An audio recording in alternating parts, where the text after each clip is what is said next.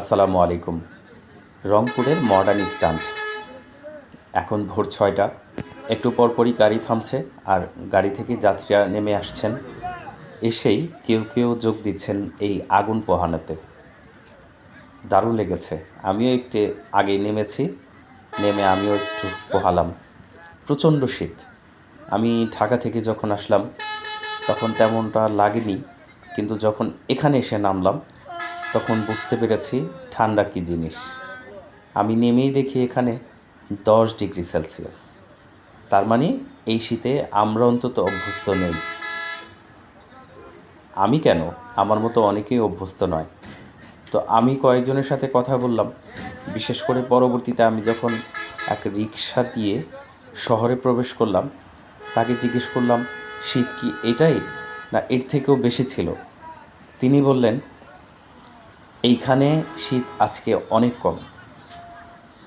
আমি অবাক হয়ে গেলাম। আমার 10 ডিগ্রিতে হাড় কেঁপে উঠছে। তারা বললেন আজকে নাকি শীত কম, কয়েকদিন আগে অনেক শীত ছিল। তিনি নাকি একদিন গাড়ি নিয়ে বের হয়েছেন, সেটা তিনি চালাতে পারেননি, বাসে চলে গেছেন, এত শীত ছিল।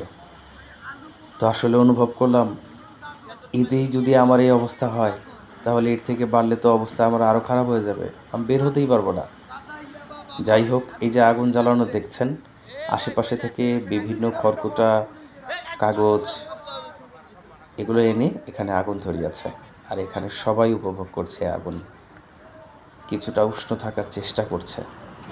আসলে এই আগুন আমি একটা সময় দেখেছিলাম, আমরা যখন ছোট ছিলাম। আমার বাড়ি ঢাকাতেই, ঢাকার শহরের আশেপাশেই।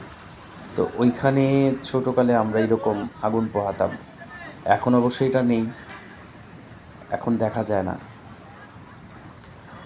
দেখতেই পাচ্ছেন একটু পরপরই লোক চেঞ্জ হচ্ছে। এই হচ্ছে আমার অবস্থা।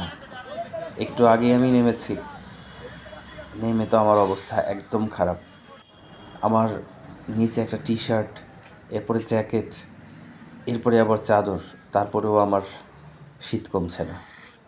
আর এখানে স্থায়ী মানুষরা যারা আছেন তারা আসলে নর্মাল থাকছেন। আমার হাত জমে যাচ্ছে, আমার রক্তগুলো জমে যাচ্ছে, মানে এত অবস্থা খারাপ, এত শীত।